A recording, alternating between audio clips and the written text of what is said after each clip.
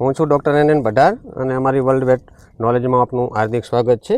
હવે આજે હું તમને એક મસ્ત કેસ વિશે વાત કરવા જઈ રહ્યો છું। આ ભેંસ જે અમે ગાડી છે એને હાફ ટોર્શન છે અને એનો વિયાવાનો ટાઈમ પૂરો થઈ ગયો છે। એટલે હાફ ટોર્શન છે એટલે દેખો અત્યારે હું ચેક કરું આવી રીતે ટ્વિસ્ટ થઈને બચ્ચા સુધી મારો હાથ જાય છે ટ્વિસ્ટ હાફ ટોર્શનની અંદર। હવે આવા કેસની અંદર પશુ ઉપર આપણે પ્રેશર કે વજન એના પેટ ઉપર રાખવાની જરૂર હોતી નથી અને આપણે એને સિમ્પલ રીતે અંદર હાથ મૂકી એની વજાઈનાની અંદર અને એના યુટ્રસની અંદર અને એનું જે હેડ છે હેડને પ્રેસ કરી અને તમે વગર વજને પલટી મરાવશો તો એનું ટોર્શન રિલીવ થઈ જશે।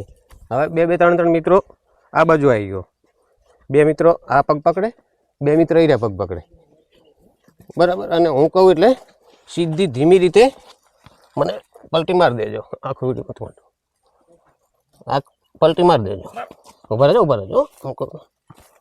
હવે મેં આ હેડ ઉપર પ્રેસ કર્યું છે અને હું બચ્ચાને બિલકુલ હલવા નહીં દઉં, એની પોઝિશન બિલકુલ ફરવા નહીં દઉં અને ભેંસને પલટી મારશી, મારો પલટી।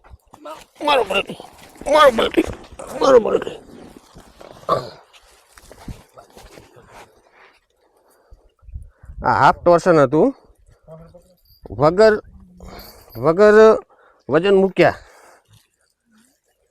આપણે એને રિલીવ કરી દીધું।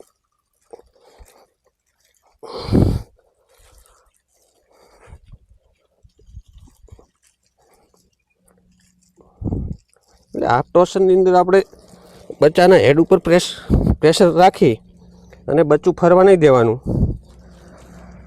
અને ભેંસને આપણે ફેરવીએ એટલે એનું ટોર્શન મસ્ત રીતે રિલીવ થઈ ગયું। આવા કેસોની અંદર તમારું એક તો જે પણ વેટ પ્રેક્ટિશનર હોય એની બોડી થોડી એકદમ મૂવેબલ અને વેઇટ ઓછું હોય અને એક્સરસાઇઝવાળી બોડી હોય તો તમે આ રીતે ટોર્શન ખોલી શકો છો। આ જો હવે એના લેગ મેં લાવી દીધા છે,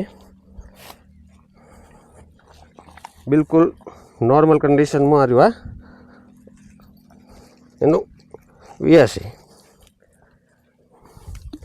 હવે આવા કેસની અંદર શું હોય, ઘણી વખત આપણે બચ્ચું હોય, બચ્ચાને એનું હાફ એનું સર્વિક્સ ઓલરેડી ખુલ્લું છે અને હાફ ટ્વિસ્ટ છે, અડધી ઓંટી છે એટલે આ ટ્વિસ્ટ કરીને હાથ તો આપણો અંદર જતો રહ્યો, એ હાથ જતો રહ્યો એટલે જે બચ્ચાનું હેડ છે હેડ ઉપર પ્રેશર રાખી અને ધીરેથી એને પલટી મરાવો તો બચ્ચું એ ટોર્શન રિલીવ થઈ ઓંટી રિલીવ થઈ અને નોર્મલ પોઝિશનમાં આવી જાય છે।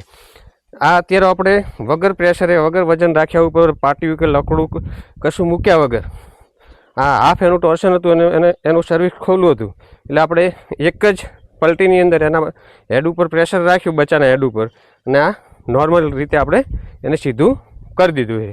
હવે આ એ કુદરતી રીતે બધું કમ્પ્લીટ આપણે એને સીધું કરીને મૂક્યું છે અને એ થોડા ટાઈમ પછી હાથે એની એ વીઆઈ જશે। થેન્ક યુ પશુપાલક મિત્રો।